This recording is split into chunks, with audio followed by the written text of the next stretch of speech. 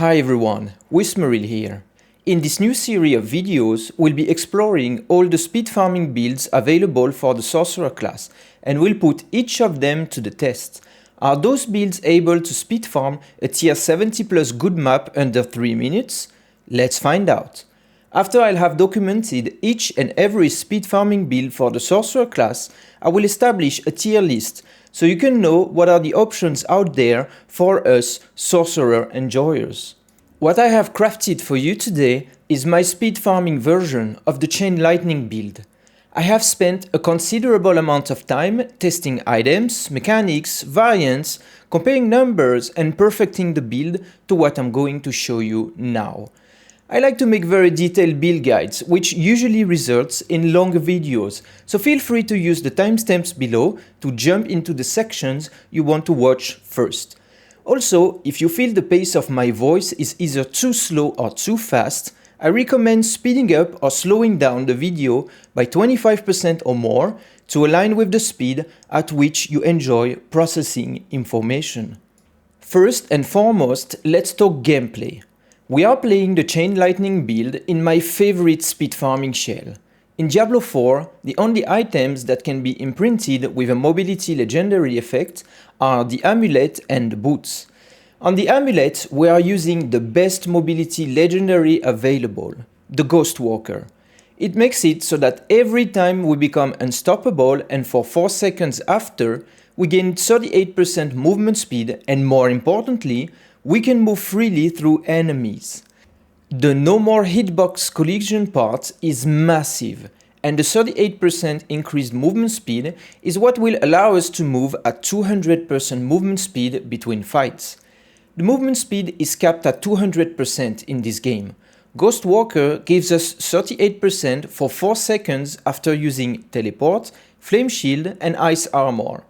On our boots, we want to imprint the Bounding Conduit Legendary.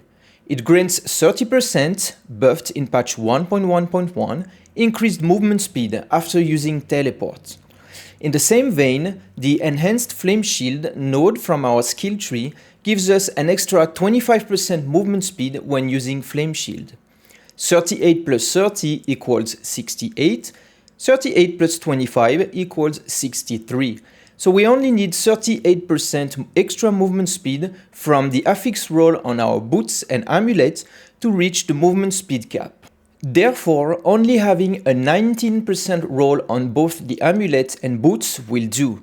It is very nice not having to have the max roll on gear affixes for a build to play smooth.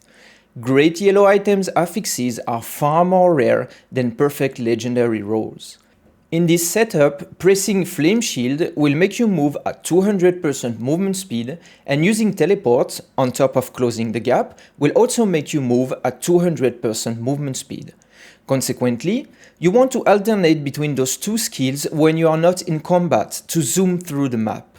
A max level Flame Shield lasts 3.1 seconds at max speed, followed by 4 seconds at 175% movement speed.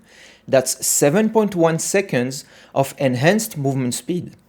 Teleport makes you move at max speed for 3 seconds as standard, followed by 4 seconds at 170% movement speed.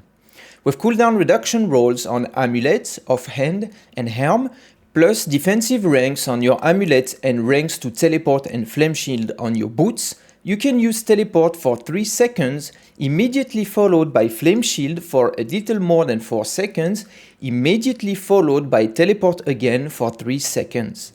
This way, you are mostly capped at 200% movement speed all the way.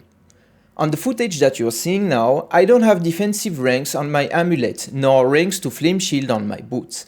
Therefore, I have to sometimes move at 170 or 175% move speed, because I don't have the right rolls on my gear. But you can see that even without the perfect rolls, this build is zipping through nightmare dungeons at a lightning fast speed. During combat, while it is perfectly fine to use those mobility skills, we prefer using Ice Armor instead. Thanks to the Snow Veil legendary effect on our helm, casting Ice Armor makes us unstoppable for 5 seconds. During those 5 seconds plus 4 seconds after, so during 9 seconds, we will move at 170% movement speed, or more depending on your boots and amulet affix rolls. This unmaxed movement speed allows us to hit and run very efficiently. We want to be kiting enemies forward to clear the dungeon super fast. Due to the barber, enemies are going to die off-screen. Of course, we are picking a tier difficulty at which trash mobs die in just 1 or 2 casts of Chain Lightning. More about that soon. But for now, you all may ask yourselves, what about the loot? Are we giving up on all this juicy fat ancestral loot because we're clearing dungeons too fast? Absolutely not. In the game options, you want to configure the item drop sounds properly. This is very important. You want the game loot sound to occur only when a rare, legendary or unique item drops. And when you hear that sound, it means you have to backtrack to pick up the loot. At such a high dungeon tier, more than 90% of the yellows will be ancestral. But sometimes, less than 10% of the time, you will backtrack for a sacred yellow. I really hope that in the future, Blizzard will add to the sound filter the possibility to disable looting sound for sacred items. If you enjoy what you've seen so far in this build guide, please consider hitting the like button and leaving a positive comment. It will tremendously help me to make the YouTube machine learning algorithm snowball this video. By doing that, you'll help me to develop the channel so that I can allocate more resource into making videos like this one. This is free and only takes 10 seconds of your time. Thank you very much. Let's finish the mobility part of the gameplay with some breakpoint numbers. At 32% cooldown reduction, a fully ranked teleport spell has a 5 seconds cooldown. Concerning Flame Shield and Ice Armor, they both have around 13.5 seconds cooldown. A rank 4 Frost Nova has around 14 seconds cooldown, and Unstable Currents has around 47 seconds cooldown. On to Chain Lightning gameplay. It has been buffed in many different ways on patch 1.1.1. The most important buff it received was making the recharging legendary power yield 3 mana per bounce and making the unbroken tether potentially bounce 4 additional times. This combination makes mana generation on Chain Lightning a positive net, which is a very big deal. A well-rolled recharging ring allows to generate more mana than you spend. Now don't freak out, you can still play this build even if you don't have the perfect mana roll on the recharging legendary. It is not as optimal, but it is still playable. All the footage you see was done with a 2.0 mana per bounce recharging ring. As long as you shoot enemies with Chain Lightning, don't shoot at walls, you'll be fine, mana-wise. This said, a 2.5 or 3 mana recharging ring is a lot better, because it allows to constantly fight within elementalist territory. You would always benefit from the 40% increased critical strike chance. By having a mana roll on your helm and having a decent amount of mana cost reduction on your amulet, boots and offhand, the first cast of Chain Lightning would leave you above 100 mana. This way, the second cast also benefits from the 40% increased crit chance. By the time you cast the third Chain Lightning, all the bounces of the first one and most of the bounces of the second one have happened, and you are back to full mana. This way, with good gear, you have more than 90% crit chance on the first hit of Chain Lightning, increased by 3% per bounce. This is huge. Don't forget that critical strike damage is an external damage multiplier, and having between 90% and 100% crit chance will make you hit like a truck. Let me give you a few breakpoints. I have 34.8% mana cost reduction, so it makes Chain Lightning cost 23 mana. I have a plus 18 max mana roll on my helm, plus 3 from the devastation node in the skill tree, therefore my max mana is 127. Long story short, the first 2 casts of Chain Lightning are within Elementalist territory. To be efficient at this hit and run playstyle, you want attack speed. It will really make the Chain Lightning cast animation smooth and allow you to get a good grip at its pace. So we'll imprint the accelerating legendary on our offhand, and we will want an attack speed roll on our gloves. You don't necessarily need to max roll the glove affix, by just having it, it will feel smooth enough. Practice makes perfect. Now it is up to you to muscle memorize the max speed at which you kite enemies. Hit them fast, Timmy! A quick word on resource generation before we wrap up the Chain Lightning gameplay section. Resource generation is a gear affix roll that we can only get on rings and offhand. Mind the wording, it says generation, not regeneration. It applies to any mana generated from anywhere. That includes the recharging legendary. Having 50% resource generation along a 2 mana recharging ring means that every bounce will yield 3 mana instead of 2. If you have a low mana recharging ring, but happen to have resource generation on both rings and offhand, it could offset the mana gap of your recharging legendary. In the build planner, I excluded mana generation rolls from rings because they are not best in slot, but feel free to add them if you need to. Because Chain Lightning bounces between enemies, it has inherently poor AoE clear. And how do we solve this problem? Yes, with the Barber, like in any other build that needs more AoE clear out there. One bounce on an enemy will result in an AoE explosion 2 seconds after for 22% more damage. You want the lowest possible duration on your Barber, therefore 2 seconds. If you want the complete explanation why 2 seconds, watch my previous video, the Hydra build guide. It is explained in details there. Last, but certainly not least, let's talk about the Suppressor Elite affix. That horrible thing is a hard counter to your build if you can't play around it. If Chain Lightning tries to bounce inside the Suppressor ring or tries to bounce outside of it, it will disappear. Obviously, your DPS will decrease, but more importantly, you will mana choke, which is super annoying. How do you counterplay that? Well, if it's only you and the elite inside the ring, it's fine. It won't try to bounce out. If it's you plus the elite plus every other enemy in the ring, it's fine. It won't bounce out. If other enemies are spread outside the ring, don't attempt to fight. Skip the elite. Now, if this elite is an Animus carrier or carries an objective for dungeon completion, well, you're boned. Try to isolate the elite or try to group up everyone else in the ring. This situation will be very frustrating, so make sure to remind Blizzard on every occasion you have to remove that horrible affix from the game. Else, we're gonna have that very same discussion when we'll do the Frozen Orb speed farming video. On to defense.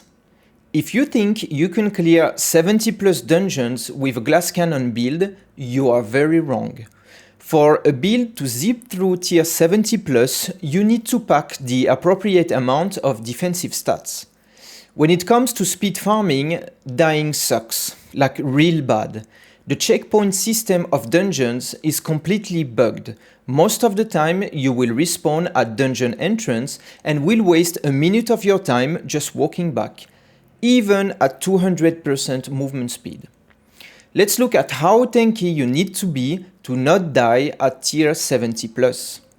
We are playing Frostbolt and Firebolt as our 2 enchantments to enable the best defensive/offensive synergies of the Sorcerer.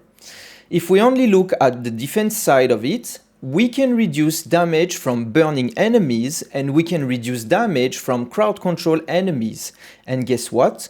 Chilled enemies are considered crowd controlled. The ever-living legendary on our chest armor reduces damage by 25% from crowd control enemies.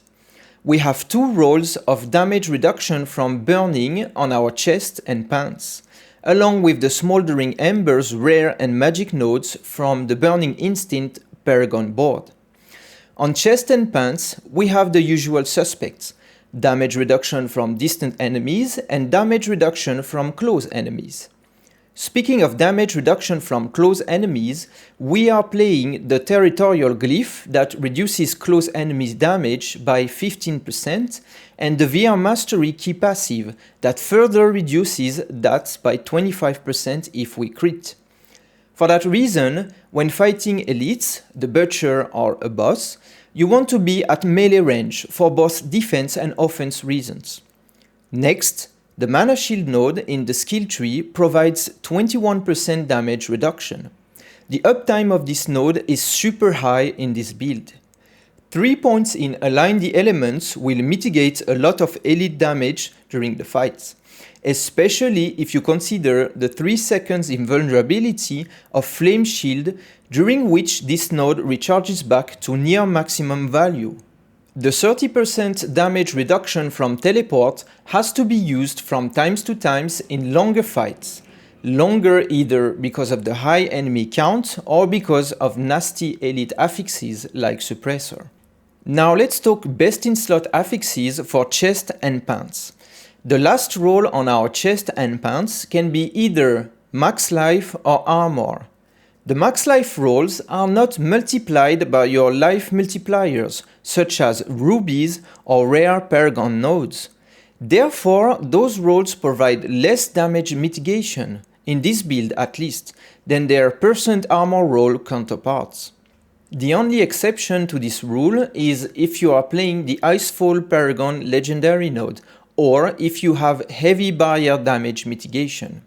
Long story short, the max life rolls are added to your life total in the end without accounting for any multiplier, and they are a pain in the butt to get because their flat value scales with gear internal level.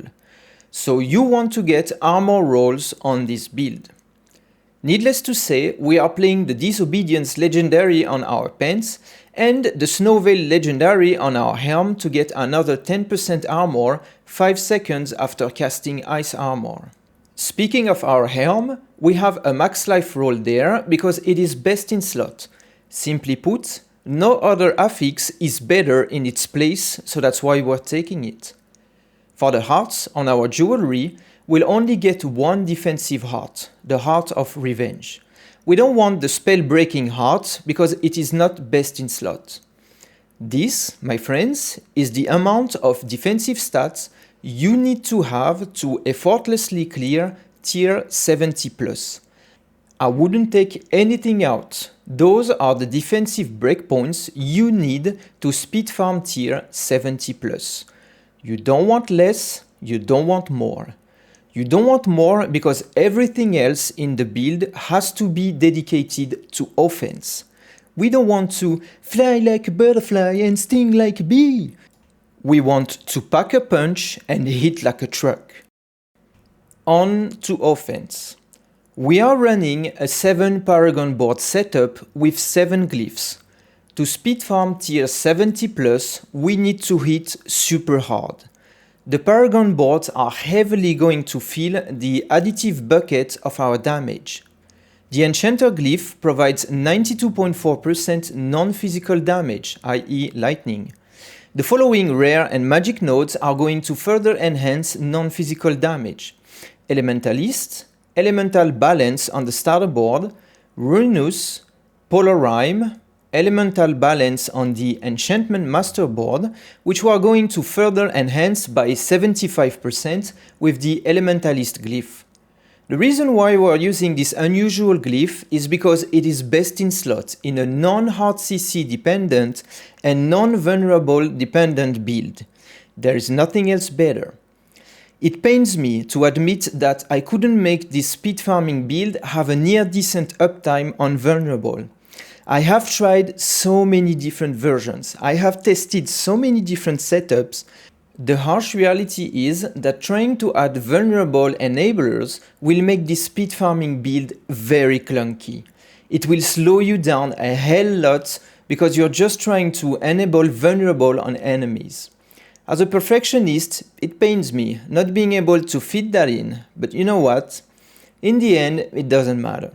It doesn't matter for two reasons. First, we're going full force on non-vulnerable damage, and mathematically speaking, it outputs a lot of damage. Enough damage to reach the tier 70 plus speed farming category. Second, with the announcement of Season 2, the Season of Blood, Blizzard said they will change the vulnerable mechanic. They didn't say how, but it is very likely that they'll either remove it from being a separate multiplier, or they will give us more tools to enable it.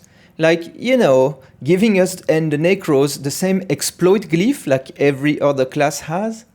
Anyway, don't get me started on that. And let's get back to our Paragon boards. We'll have a total of 237.6% of non-physical damage. In this additive bucket, we also have damage to chilled enemies. The Frostbite glyph provides 160.4%. The rare and magic nodes Frosts and Polar Rime further enhances that to a total of 250.2%. Next, we have damage to burning enemies. The Flame Feeder glyph, along Cinders and Kindling nodes, provide a total of 152%. Next, we have the Imbiber glyph, providing 106.9% while we are above 80% life. To make the most out of this glyph, we are happy not to have life rolls on our chest, pants and rings. We prefer a smaller life pool but stronger defenses. The reason for that is we are making better use of the flat amount restored by a potion. 1274 flat life times 1.3 because of Imbiber glyph equals 1814 flat life restored by a potion. It makes it easier to top off our health to healthy territory with only 1 or 2 potions maximum. Quick tips. The outer red circle around your health bar indicates if you are healthy or not. If your health goes very low, pop Flame Shield first to refill 50% of the missing value and then press your potions once or twice. Then we have the damage to close enemies from the Territorial Glyph, the prefix of our dagger, and the Veer's Mastery key passive. All in all, that's 125.9% when we crit. Finally, we have the damage versus elites from the Kindling and Renus nodes for a total of 64%. While we're talking about elite damage, let me highlight here that to speed up elite fights, we'll be using Frost Nova when it's up to apply both vulnerable and freeze. It won't be up all the time, but when it is, use it. We're trying as much as possible not to depend on vulnerable and crowd control to output our max damage because the uptime of both is low in this build. But we still have a few of those rolls because vulnerable rolls are best in slot on rings and weapons. On a maxed out character, that's 83% more damage to vulnerable, so it's an external 1.83 multiplier. Versus Frozen, Hoarfrost provides 18% more damage. And to speed up even more large elite fights and boss fights, we are using the Unstable Current ultimate for more attack speed and more RNG based casts of Chain Lightning. Now, the sum of all additive damage plus our base 100% makes our total additive damage bucket 972.6% versus trash mobs and 1036.6% versus elites. The only two external damage multipliers that matter in this build are crit damage and intelligence. As a lightning build, we have access to more crit damage than usual because of lightning crit damage. On the Paragon boards, we of course have the destruction glyph, and we also spend points in combustion, rare and magic nodes. Our rings, weapons and gloves are the real kicker here, giving us access to both crit damage and lightning crit damage that are added together in the same bucket. All in all, we have access to a total of 360.8% crit damage if we min-max our gear. Added to our base 100%, that's 460.8%. Then we have Devouring Blaze. The reason why this node is so strong is because it is a multiplier. It is not additive like everything else in the crit damage department. 460.8% times 1.21 equals 557.57%. That's a hell lot more for just 3 points in the skill tree. Finally, intelligence. It mostly comes from our Paragon common nodes, plus us being level 100, plus one best-in-slot roll on the weapon, and to a lesser amount the altars of Lilith. That's a total of up to 750 intelligence, which means an increase in damage of 75%. On to the damage multipliers. On our gear, we only have the conceded legendary for 25%. It is permanently up during combat because of the protection node plus ice armor that we pop at the beginning of a fight. On our skill tree, elemental dominance is another 9% increase, glass cannon is 18%, and 9 ranks in chain lightning is 65%. Now the hearts. The Tal Rasha heart has been fixed last patch and is now a real multiplier. In this build, we deal lightning damage, fire damage because of Firebolt enchantment, and note that the Frostbolt enchantment doesn't make us deal cold damage. And we deal shadow damage with the Barber explosion. On certain maps, the evade dropping a poison flask provides poison damage, but let's not factor that in. Tal Rasha Heart provides 36% more damage. In the Paragon board, the Elementalist glyph provides 10% with lightning and fire. Destruction glyphs provides 12% and Flame Feeder 10%. So that's a total of around 4.89 times more damage because of our multipliers. Now the moment we all waited for. What's the big number? Well, in this setup I made, your damage, i.e. the sum of your weapon and offhand flat damage range number, is multiplied by 9.726 because of the additive bucket, by 5.5757 because of crit damage, by 1.75 because of intelligence, and by 4.89 because of multipliers.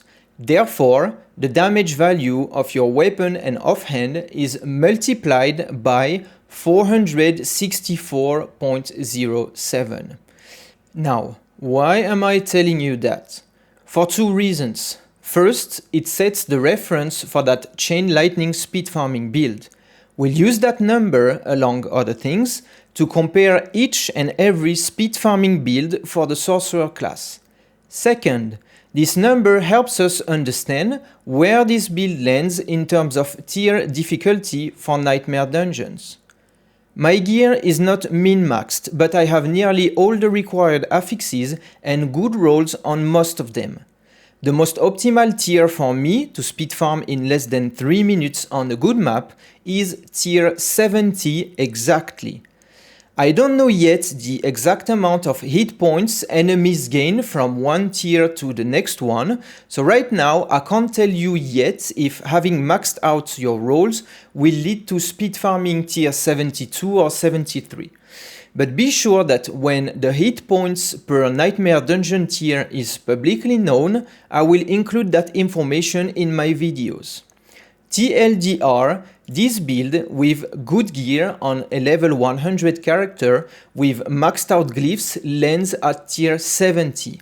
We'll use this information along the maxed out damage numbers that I've shown you before when comparing it to other builds in my next videos.